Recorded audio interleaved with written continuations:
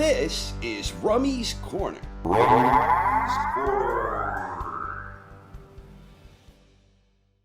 Good evening, boxing fans, and welcome to part 8 of 13, the 1960s. Here is the scoring system where 26 volunteers provided me with a chronological list of between 10 and 25 names who they believe represent the greatest pound-for-pound boxers who competed in the 1960s. Let's rock. Number 10, Jose Napoles. Napoles was a Cuban boxer known as mantequilla, which means butter. Napoles had tremendous all-around talent with great movement, stellar balance, and excellent footwork, where he was a master at advantageously shifting his weight both offensively and defensively, as well as transitioning to and fro. Napoles was a two-time undisputed world welterweight champion, the first reign beginning in 1969, and the second extending well into the next decade. Quick note, the record information at the bottom is the current information available on BoxRec, and is just here as a point of reference. Mantequilla appeared on 16 out of 26 in the survey. Number 9, Nino Benvenuti. Benvenuti was an Italian boxer who was an outstanding athlete with great boxing ability who could throw sharp, well-timed punches. Nino won the undisputed World Junior Middleweight Championship in 1965, and he was also a two-time undisputed World Middleweight Champion, winning the crown in 1967 and regaining it the following year, beating the man he had won and lost the title against, winning his trilogy fight with Emile Griffith. Benvenuti's second reign extended into the following decade. Nino appeared on 21 out of 26, including one vote inside the top 5. Number 8, Sonny Liston. Liston was an American heavyweight who was best known for his tremendous two-handed punching power and for having a truly magnificent jab. Sonny also exuded an intimidating presence which helped define his mean in-ring persona. Liston was a powerhouse contender who won the undisputed World Heavyweight Championship in 1962 when he destroyed champion Floyd Patterson in the opening round. And he defended that championship once with another first-round knockout against Patterson. Liston landed on 21 out of 26, which included 8 votes inside the top 5.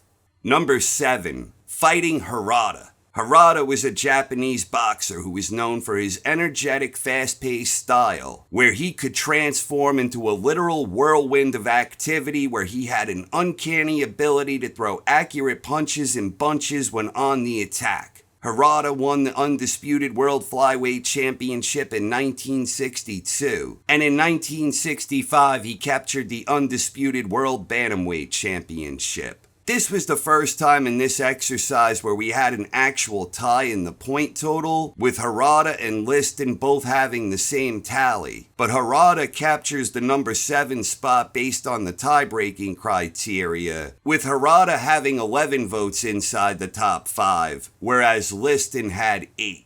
Interestingly enough, however, Harada landed on 20 of 26, one fewer than Liston there. Number 6. Vicente Saldivar. Saldivar was a Mexican boxer known as El Zurdo de Oro, the Golden Southpaw. Saldivar was known for being a terrific body puncher who had incredible stamina to go along with his great boxing ability and solid power. Saldivar won the undisputed World Featherweight Championship in 1964, and he defended the crown 7 times until his retirement in 1967. He would, however, make a comeback the following decade to recapture the WBC featherweight title. Saldivar landed on 19 out of 26, including 9 votes inside the top 5. Number 5, Carlos Ortiz. Ortiz was a Puerto Rican boxer who was known for being consistent, efficient, and methodical. An extremely well-rounded fighter who was technically very sound with brilliant ring smarts and sublime fighting instinct. Ortiz won the undisputed World Junior Welterweight Championship in 1959, which he defended twice until losing it in 1960. Ortiz was also a two-time undisputed world lightweight champion, first winning the honor in 1962 and then regaining the crown in 1965. He made 9 total defenses in those 2 reigns. Ortiz landed on 22 out of 26, including 12 votes inside the top 5 and 1 first-place vote. Number 4, Dick Tiger. Tiger was a Nigerian boxer who was known for his aggressive style, where he would often initiate exchanges to help create openings that he would skillfully counter with quick precision. Tiger was a 2-time undisputed world middleweight champion, first winning the WBA title in 1962, becoming undisputed in 1963, and recapturing the crown in 1965. Tiger also went on to become the undisputed world light heavyweight champion in 1966. Tiger landed on 24 out of 26, which included 13 votes inside the top 5. Number 3, Eder Jofre.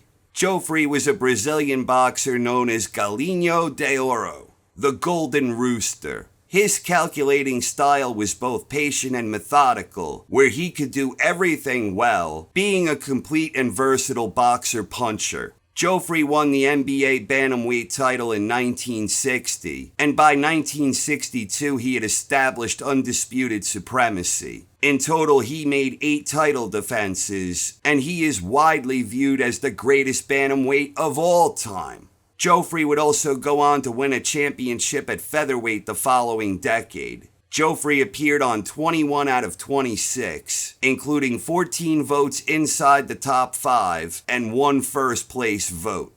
Number 2, Emile Griffith.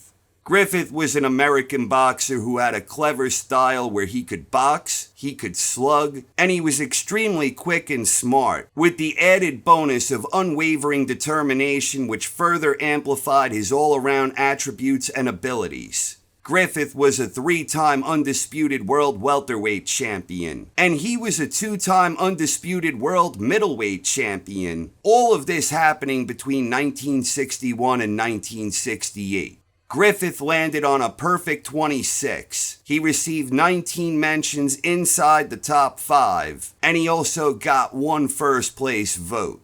And finally at number 1, Muhammad Ali. Ali was an American heavyweight known as the greatest, and he is widely recognized as the greatest heavyweight of all time.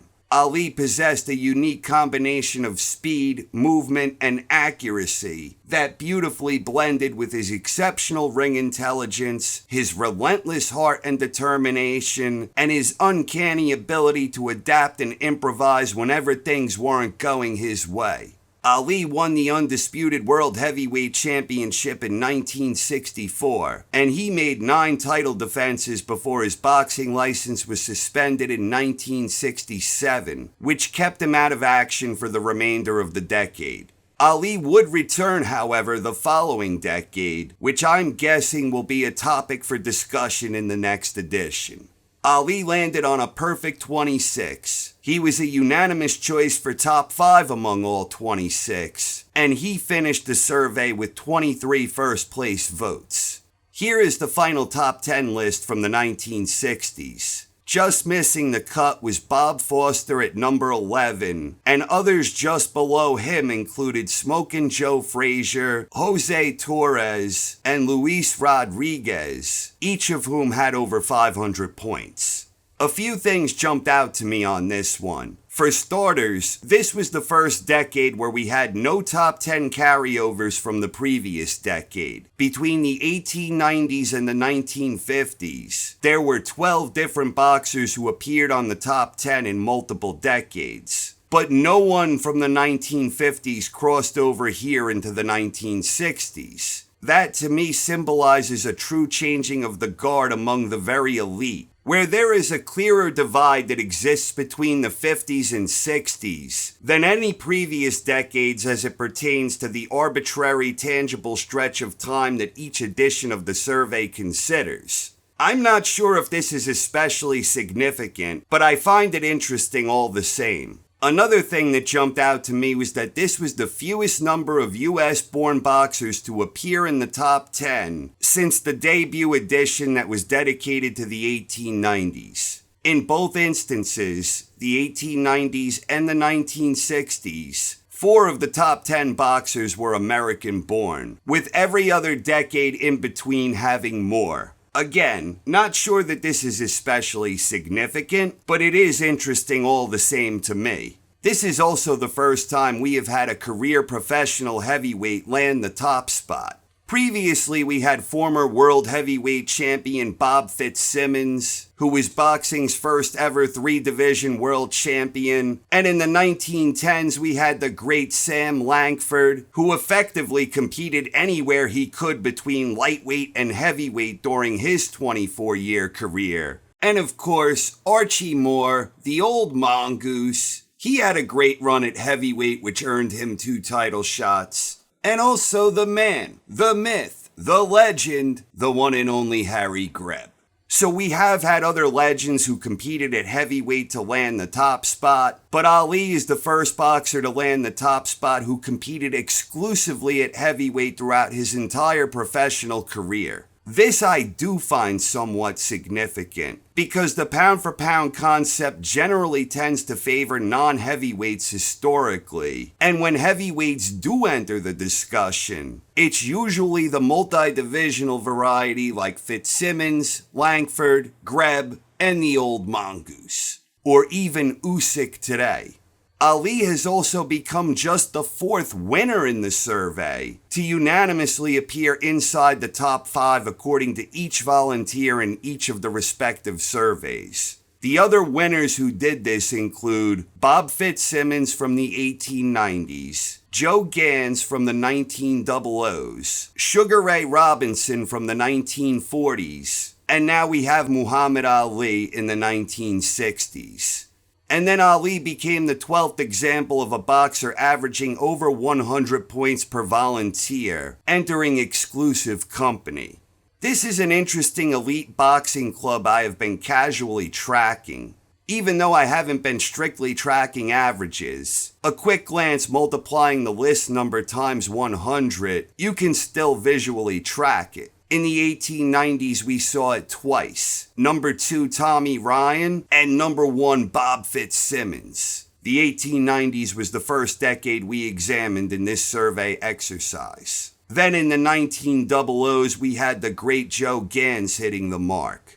In the 1920s, the man, the myth, the legend, the one and only Harry Greb. It happened twice in the 1930s, with the great Joe Louis at number 2 and the great Henry Armstrong landing the top spot.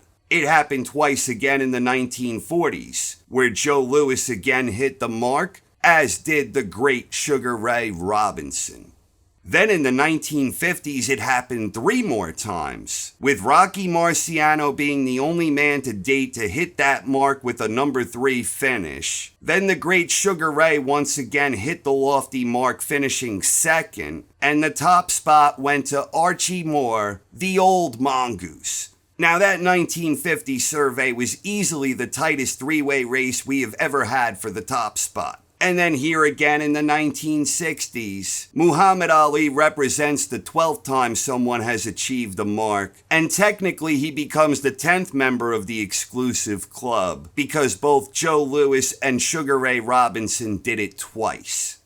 A very special thanks to the 26 volunteers who contributed to the 1960s edition of this boxing survey experiment. I really appreciate you all volunteering your time and knowledge and making the commitment. You all rock. Thank you very much. For those who might want to participate in the remaining decades from the series, I provided a link in the description, and all official submissions must be made in that thread over at boxingforum24.com. If you are knowledgeable about any of these remaining eras and you want to volunteer, it's never too early. So for those of you who are interested in participating in the 1980s, 1990s, 2000s, and 2010s, please consider joining the fun if you're up to the challenge. The 1970s will remain open for a few more weeks as well. So once again, here is the final top 10 list from the 1960s edition of the survey. What do you think of the results here? Please do share your thoughts in the comments section. And I hope you continue along on the journey here when the 1970s results drop and beyond as we continue traveling toward the present. Thank you very much for watching, everyone. I hope you enjoyed and have a wonderful night. This is Rummy's Corner.